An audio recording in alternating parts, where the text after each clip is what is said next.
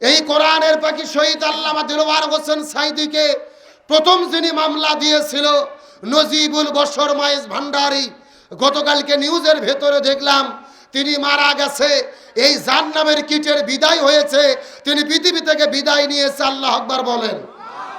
এই ভণ্ড মাইজ ভান্ডারী নজিবুল বশর আল্লামা সাঈদীকে প্রথম মামলা দিয়েছিল।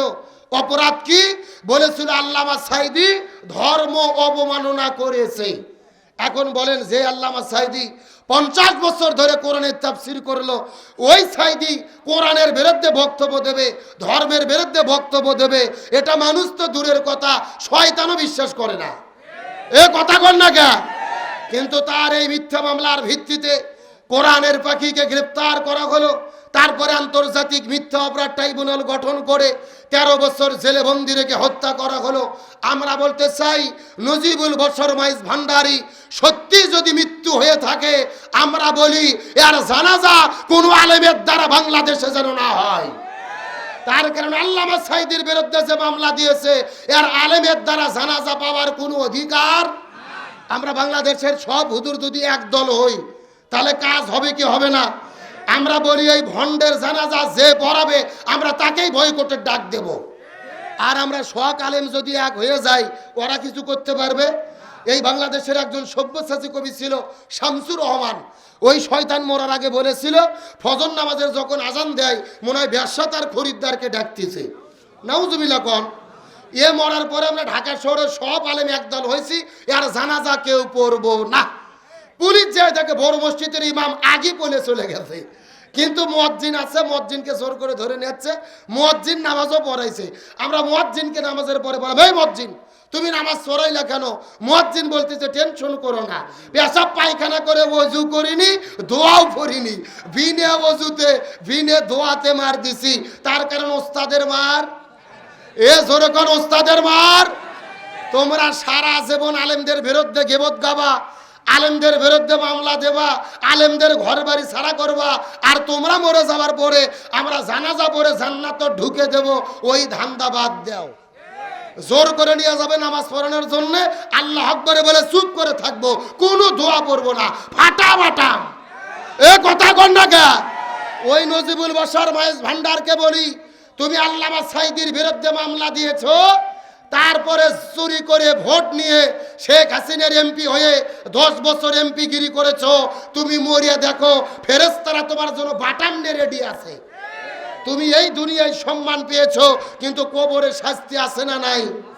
সুতরাং বর্তমান তত্ত্বাবধায়ক সরকারকে বলি, ওই আল্লামা সাঈদীকে পরিকল্পিতভাবে মৃত্যুর দিকে যারা যারা ঠেলে দিয়েছে, এদের প্রত্যেককেই গ্রেফতার করে ফাঁসির দড়িতে ঝোলাতে হবে। এই জমিনের ভেতরে যারা কোরআনের হক কথা বলবে, কোরআনের সত্য কথা বলবে, এই দুনিয়ার মধ্যে দিন কায়েমের কথা বলবে, ইসলামী আন্দোলন করবে, প্রথম নম্বর কাজ হলো এই জমিনের ভেতরে যারা কোরআনের হক কথা বলবে, লিইউসবিতুকা, তাদেরকে তারা জেলের ভেতরে বন্দী করবে। এখন আমি আপনাদেরকে জিজ্ঞাসা করি, বলেন তো হে বগুড়ার মুসলমান, এই যে গত 16 বছরের ভেতরে আমার দেশে আলেমদেরকে জেলে বন্দী করা হয়েছে নাকি হয় নাই? আরো জোরে বলেন। আমাদের প্রিয় ভাই মুফতি আমির হামজা, শাইখুল হাদিস আল্লামা মামুনুল হক, শিশু বক্তা নামে পরিচিত রফিকুল ইসলাম মাদানী, ওই যে কোরআনের পাখি শহীদ আল্লামা দিলওয়ার হোসেন সাঈদী 1.5 বছর ধরে যিনি কোরআনের মাহফিলে আলোচনা করলো, যার আলোচনা শোনার পরে হাজারো মানুষ কালেমা পড়ে পড়ে পড়ে পড়ে মুসলমান হয়ে গেল। যেই মানুষটা কাবা ঘরের মধ্যে ঢুকে নামাজ পড়ার জন্য অনুমতি পাইল, যেই মানুষটাকে বুকের মধ্যে জোরে ধরে ওই কাবা শরীফের কপালের মধ্যে চুমু খাইল, ওই কোরআনের পাখি শহীদ আল্লামা দিলওয়ার হোসেন সাঈদীকে 13 বছর ধরে তারা জেলখানার মধ্যে বন্দী রাখার পরে ওই জেল থেকে বের করে হসপিটালের মধ্যে ভর্তি করার পরে ইনজেকশনের সিরিজের মধ্যে বিষ ঢুকাইয়া আল্লামা সাঈদীর শরীরে পরিকল্পিতভাবে তারা বিষ প্রয়োগ করে ওই কোরআনের পাখিটাকে পরিকল্পিতভাবে তারা হত্যা করেছে। আরো জোরে বলেন। 1 নয় 2 নয় 13 বছর ধরে আল্লামা সাঈদীকে তারা জেলের মধ্যে বন্দী রেখে জেল থেকে বের করে হসপিটালে ভর্তি করে যেই ডাক্তারকে চিকিৎসা করার দায়িত্ব দিয়েছিল ওই ডাক্তারের নাম হলেন ডাক্তার মোস্তফা জামান। এই ডাক্তার কোন ডাক্তার? যেই ডাক্তার 2013 সালে শাহবাগের গণজাগরণ মঞ্চে দাঁড়িয়ে স্লোগান দিয়েছিল, সতে সাইদি তুই রাজাকার, তুই রাজাকার, রাজাকারের ফাঁসি চাই, সাইদির ফাঁসি চাই, এই বলে বলে যেই লোকটা স্লোগান দিল, ওই লোকটাকে দিল চিকিৎসা করার দায়িত্ব। আমাদের বগুড়ার ভাষায় বলে শিয়ালের কাছে ছাগল বাগি। আরো জোরে বলেন। ওই হসপিটালে 2টা নার্স পড়েছে। এই ডাক্তার মোস্তফা জামান যখন আল্লামা সাইদির শরীরে ইনজেকশন পুশ করেছে, তার কিছুক্ষণ পরে আল্লামা সাইদি মৃত্যুর কোলে ঢলে পড়েছে। তার মানে বোঝা গেল আল্লামা সাইদির মৃত্যু কোনো স্বাভাবিক মৃত্যু ছিল না, এটা পরিকল্পিত হত্যাকাণ্ড। তবে আলহামদুলিল্লাহ, আল্লাহর শুকরিয়া, এই কোরআনের পাখি শহীদ আল্লামা দিলওয়ার হোসেন সাইদিকে প্রথম যিনি মামলা দিয়েছিল নজিবুল বশর মাইজ ভান্ডারী, গতকালকে নিউজের ভেতরে দেখলাম তিনি মারা গেছে। এই জাহান্নামের কিটের বিদায় হয়েছে, তিনি পৃথিবী থেকে বিদায় নিয়েছে। আল্লাহ আকবার বলেন। এই ভণ্ড মাইজ ভান্ডারী নজিবুল বশর আল্লামা সাইদিকে প্রথম মামলা দিয়েছিল। অপরাধ কি? বলেছিল আল্লামা সাইদি ধর্ম অবমাননা করেছে। এখন বলেন, যে আল্লামা সাইদি 50 বছর ধরে কোরআনের তাফসীর করলো, ওই সাইদি কোরআনের বিরুদ্ধে বক্তব্য দেবে, ধর্মের বিরুদ্ধে বক্তব্য দেবে, এটা মানুষ তো দূরের কথা, শয়তানও বিশ্বাস করে না। এ কথা বল না কে? কিন্তু তার এই মিথ্যা মামলার ভিত্তিতে কোরআনের পাখিকে গ্রেফতার করা হলো। তারপরে আন্তর্জাতিক মিথ্যা অপরাধ ট্রাইব্যুনাল গঠন করে 13 বছর জেলে বন্দি রেখে হত্যা করা হলো। আমরা বলতে চাই, নজিবুল বশর মাইজ ভান্ডারী সত্যি যদি মৃত্যু হয়ে থাকে, আমরা বলি এর জানাজা কোনো আলেমের দ্বারা বাংলাদেশে যেন না হয়। তার কারণে আল্লামা সাইদির বিরুদ্ধে যে মামলা দিয়েছে, এর আলেমের দ্বারা জানাজা পাওয়ার কোনো অধিকার। আমরা বাংলাদেশের সব হুজুর যদি একদল হই, তাহলে কাজ হবে কি হবে না? আমরা বলি এই ভণ্ডের জানাজা যে পড়াবে, আমরা তাকেই বয়কটের ডাক দেব। আর আমরা শখ আলেম যদি এক হয়ে যাই, ওরা কিছু করতে পারবে? এই বাংলাদেশের একজন সব্যসাচী কবি ছিল শামসুর রহমান।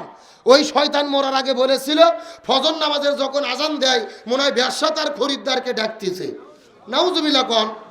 এ মরার পরে আমরা ঢাকা শহরের সব আলেম একদল হয়েছি, এর জানাজা কেউ পড়বো না। পুলিশ যায় তাকে বড় মসজিদের ইমাম আগে বলে চলে গেছে, কিন্তু মুয়াজ্জিন আছে, মুয়াজ্জিনকে জোর করে ধরে নিচ্ছে। মুয়াজ্জিন নামাজও পড়াইছে। আমরা মুয়াজ্জিনকে নামাজের পরে বললাম, এই মুয়াজ্জিন তুমি নামাজ পড়াইলা কেন? মুয়াজ্জিন বলতেছে, টেনশন করো না, পেশাব পায়খানা করে ওযু করিনি, দোয়াও পড়িনি, বিনে ওযুতে বিনে দোয়াতে মার দিছি। তার কারণ ওস্তাদের মার। এ জোরে কোন ওস্তাদের মার। তোমরা সারা জীবন আলেমদের বিরুদ্ধে গীবত গাবা, আলেমদের বিরুদ্ধে মামলা দেবা, আলেমদের ঘর বাড়ি ছাড়া করবা, আর তোমরা মরে যাওয়ার পরে আমরা জানাজা পরে জান্নাতে ঢুকে দেব, ওই ধান্দা বাদ দাও। জোর করে নিয়ে যাবে নামাজ পড়ানোর জন্য, আল্লাহ আকবরে বলে চুপ করে থাকবো, কোনো দোয়া পড়বো না, ফাটাফাটাম। এ কথা কোন না কে? ওই নজিবুল বশর মাইজ ভান্ডারকে বলি, তুমি আল্লামা সাইদির বিরুদ্ধে মামলা দিয়েছো, তারপরে চুরি করে ভোট নিয়ে শেখ হাসিনার এমপি হয়ে 10 বছর এমপি গিরি করেছো। তুমি মরিয়া দেখো, ফেরেশতারা তোমার জন্য বাটাম নিয়ে রেডি আছে। তুমি এই দুনিয়ায় সম্মান পেয়েছো, কিন্তু কবরে শাস্তি আছে না নাই? সুতরাং বর্তমান তত্ত্বাবধায়ক সরকারকে বলি, ওই আল্লামা সাইদিকে পরিকল্পিতভাবে মৃত্যুর দিকে যারা যারা ঠেলে দিয়েছে, এদের প্রত্যেককেই গ্রেফতার করে ফাঁসির দড়িতে ঝোলাতে হবে। তাহলে চিৎকার করে বলেন দেখি, আবু জেল্লা কয়টা কাজ করবে? আরো জোরে বলেন। আমার বন্ধুগণ, মুসলমান ভাইরা, গভীর মনোযোগ। আল্লাহর কোরআন বলতেছে, কিয়ামত পর্যন্ত আবু জেলের বংশধর যারা হবে, তারা সব সময় 3টা কাজ করবে। তার মধ্যে প্রথম নম্বর কাজ হলো কোরআনের হক কথা যারা বলবে তাদের জেলে বন্দি করবে। 2 নম্বর কাজ হলো আলেমদেরকে জেলে বন্দি করে যদি তাদেরকে দিনের পথ থেকে ফিরানো না যায়, ইসলামের পথ থেকে ফিরানো না যায়, কোরআনের পথ থেকে ফিরানো না যায়, লিয়াকতুলুকা, প্রয়োজনে তারা তাদেরকে হত্যা করে জমিন থেকে বিদায় করে দেবে।